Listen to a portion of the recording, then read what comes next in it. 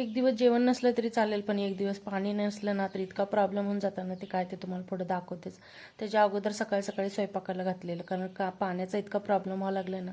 चपात्या, पालक पनीरची भाजी, वरण भात असा स्वयंपाक केलेला होता. आणि त्याच्यानंतर मग एक नाही थोडंसं शेंगा फोडायचं म्हणून म्हटलं चला गॅलरीमध्ये बसून थोड्याशा शेंगा फोडावं, कारण लाडू खायची इच्छा झालेली होती. थोड्याशा शेंगा फोडून घेतले. गावाकडचं शेंगा आणलेलं होतं ना, ते सगळं त्यामध्ये एक नाही शेंगदाणं मिक्स होतं, लाल पांढरं. ते भाजून एक नाही छान असं लाडू तयार करून घेतले. आणि त्याच्यानंतर ना पाण्याचा प्रॉब्लेम झालेला. कधी पाण्याचा प्रॉब्लेम होतो तर कधी लाईटीचा प्रॉब्लेम होतो, का काय माहिती असा प्रॉब्लेम आत्ता का व्हायला लागलाय. उन्हाळ्यामध्ये एवढा कधी प्रॉब्लेम कधी झालाच नव्हता. तर लाडू वगैरे बनवून ठेवले होते ना, असंच किचन कट्ट्यावरती ना पसारा सगळा पडलेला होता. ते झाल्यानंतर मग संध्याकाळी 4-5 वाजता पोरांना परत भूक लागलेली होती, म्हणून इथे ढोकळा बनवायला घेतलेला.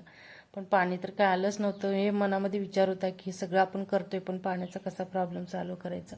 मस्त जाळीदार ढोकळा बनलेला होता, ते खाऊन घेतला. त्याच्यानंतर एक नाही मग संध्याकाळच्या वेळेला पावसाला पण सुरुवात झालेली. तर कसा वाटला मिनी ब्लॉग, आवडला असेल तर लाईक, शेअर, सबस्क्राईब करा.